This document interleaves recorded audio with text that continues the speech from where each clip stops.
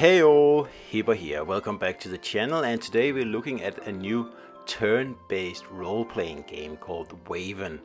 And this game is fantastic. It's one of the best experiences I've ever had on my phone, and I mean that's saying quite a bit here. So I'll just quickly introduce you to the game in this video here, and then there will be a lot more content coming, because this is a deep game with lots of stuff going on.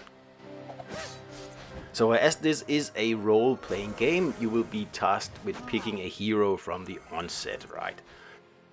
So currently there are 5 different classes: healer, warrior, archer, mage and assassin.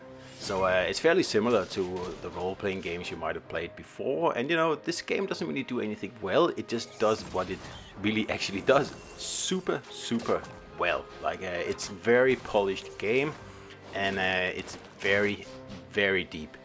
You can play it solo, you can also play it multiplayer, you can play it co-op even if you want to.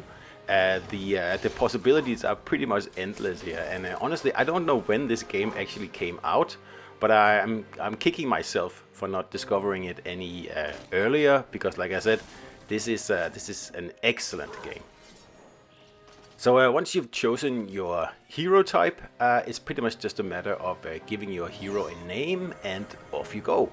It's very low on, you know, pomp and circumstance in this game here.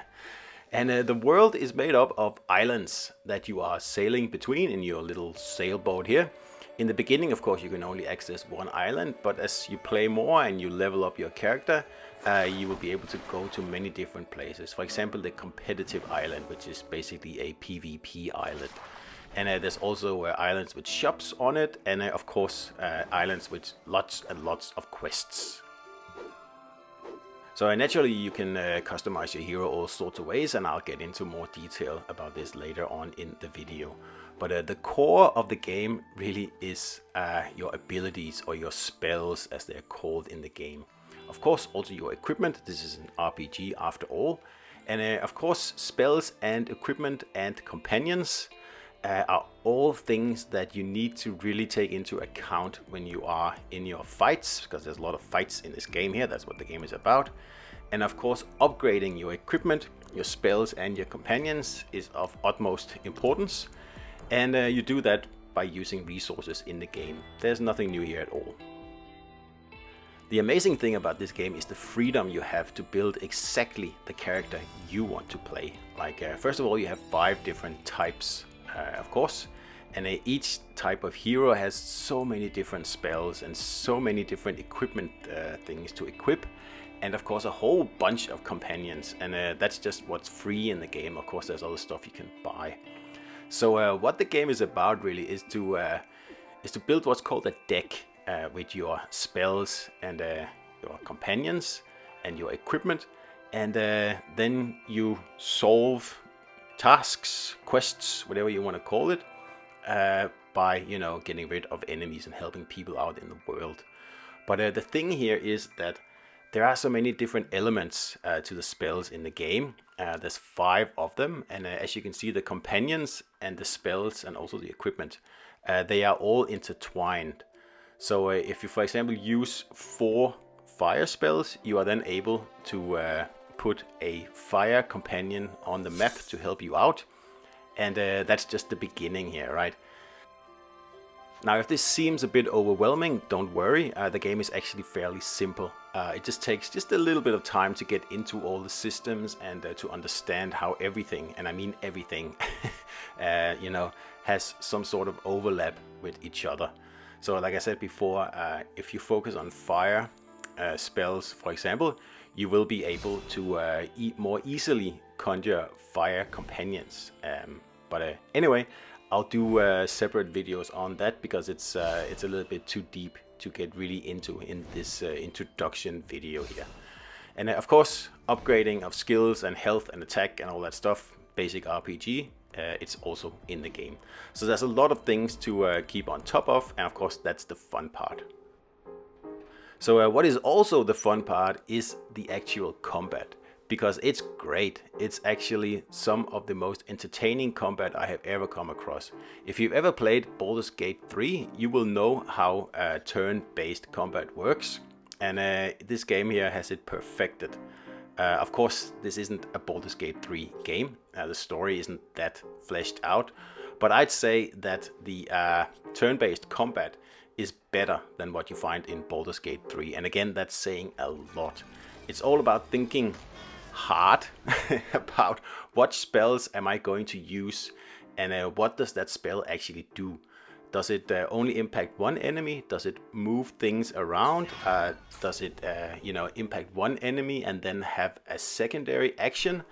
There's so many things to think about, and you have to think about your positioning and the positioning of your companions as well.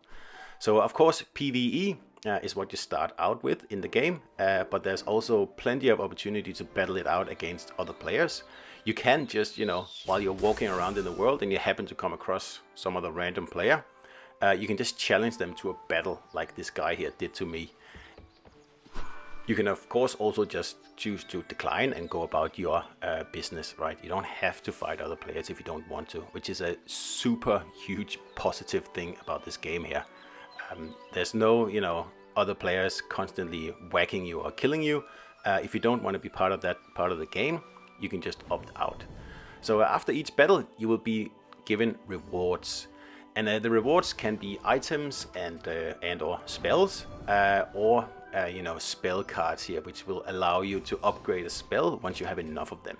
And of course, there's different qualities of chests, beginners and lowly, up until the super duper chests with very, very cool spells in them.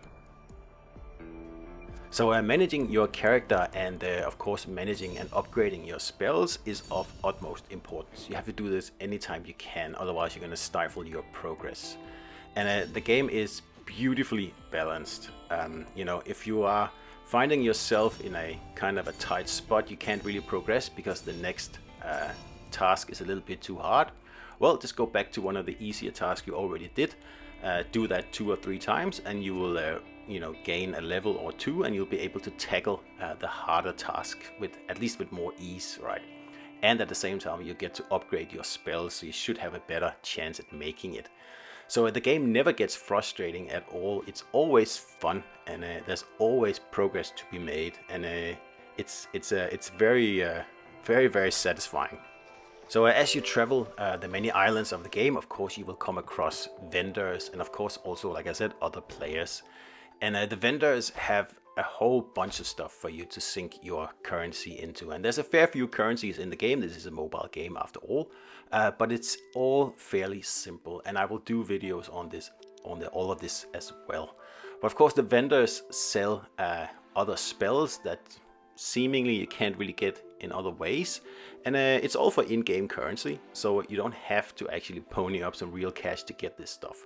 Of course, if you really want to max out the spells, then you might have to pay a little bit, but this is nothing like the predatory, pay for everything games out there. This is fairly balanced in my opinion, and I still haven't really found anything I had to pay for, and I've played this game for a couple of days now. So speaking of playing, of course there is an in-game shop with all sorts of stuff for sale. There's skins and companions, and of course there's also a battle pass. Now I don't really find that you need the battle pass, at least not yet. So I mean, that's a good thing, right?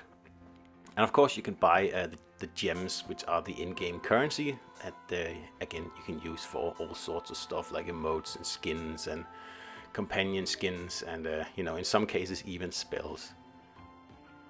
So there are also many options for customizing your character in the game with emotes and visual effects. There's a whole list of emotes that you can use, and they are particularly useful in PvP when you're about to kill someone, and you can just fire off an emote just before you do it. Lots of animation and trails, headgear, tracks, halos, and of course skins. So there's plenty of stuff to dig into if you like to customize your character, which you kind of see I like to do that. So as an added bonus for those people who've got phones or tablets that support it, The refresh rate is actually supported at up to 120 frames per second. So this game is one smooth game. So that's my introduction video to Waven here, guys. And as you can see, I'm very excited about this game, and I highly recommend it. This is a free game, and there's almost unlimited entertainment here. So go get your phone and download this game. I cannot recommend it enough. This is a pure winner. So thanks for watching. Don't forget to subscribe and of course comment if you have any questions at all. And I hope to see you out there in the world of Waven.